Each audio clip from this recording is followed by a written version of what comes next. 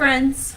So today, you're asking yourself, maybe, why is my core weak? My guess is that you've tried many things to train your core, and you're just wondering, why doesn't it get strong? If you're anything like me, I trained my core, and even if I took just a few days off, I would notice that it was weak again. And I had no idea why. I was taking all of my own advice as a physical therapist.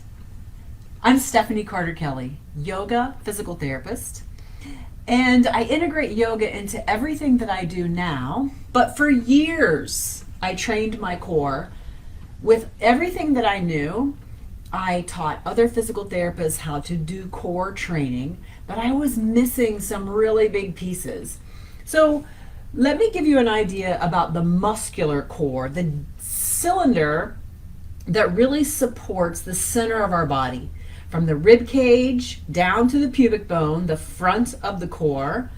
The diaphragm is on top of the core, the pelvic floor is on the bottom, and then we have some deep back muscles, and we also have layers of fascia that help really support that center of our body and that vulnerable lumbar spine.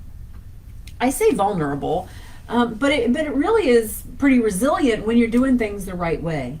It takes a coordination between all of these muscles in this cylinder in order to create support. But what's interesting is it doesn't take nearly as much effort as you might think. So much of this is programmed into the nervous system. It's the nervous system that creates the coordination. As the diaphragm raises and lowers, the pelvic floor also raises and lowers. And as you breathe, those deep abdominal muscles help in the breathing process to create that core support. But here's the thing. If you are living in fight or flight all the time, if your diaphragm is not doing the excursion, the work of going up and down to really descend into the abdominal space and push the belly out, then you're creating a discoordination, an incoordination.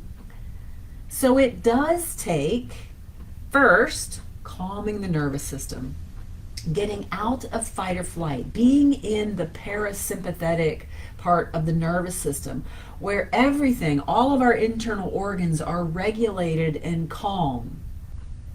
Because also, if you're in fight or flight, you are asking all of those big muscles, the oblique muscles, the more superficial abdominal muscles, the lumbar spine, superficial back muscles, you're asking all of them to be ready and prepared to go, to run or to punch. And when all of those muscles are active, the diaphragm can't do its excursion, the belly can't expand, it can't signal to the brain then that you're calm and relaxed. And so as long as you're living in that fight or flight, your core does not have a chance. The other thing then that regulates and coordinates the support of your core is your brain. So how is it that you are supporting the core of you? Are you standing up for yourself? Are you sometimes saying no because you don't want to do that? Or are you somebody that just says yes all the time, and so that you feel stressed and exhausted? That's not supporting you. That's not supporting your core. When you go down to your spirit, when you know yourself into your core, then you know what is the right decision and what is the wrong decision. You know when to create boundaries because you're protecting your core, you're supporting your core. So you really need to get all the way down to your spirit. You need to understand who you are at your core in order to create that support. Because if you don't do that first, then you're always going to stay in fight or flight. You're always in protective mode. And if you're in protective mode, the muscular core does not stand a chance. It doesn't stand a chance to support you. So it's about coordination, not just the muscles, but also of the brain, the nervous system, and your spirit. the core of you. If you're interested in more about training the core as the way to engage that deepest part of you, both from a muscular and from a spiritual perspective, I'm doing a workshop on October the 18th, live for 1 hour, where we're going to assess those deep muscles of the core.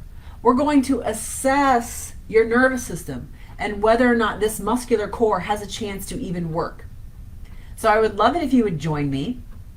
If you register, you also get then all of the practices that follow, from the very gentle practices of breathing to more intense practices, engaging and empowering that core along with strengthening.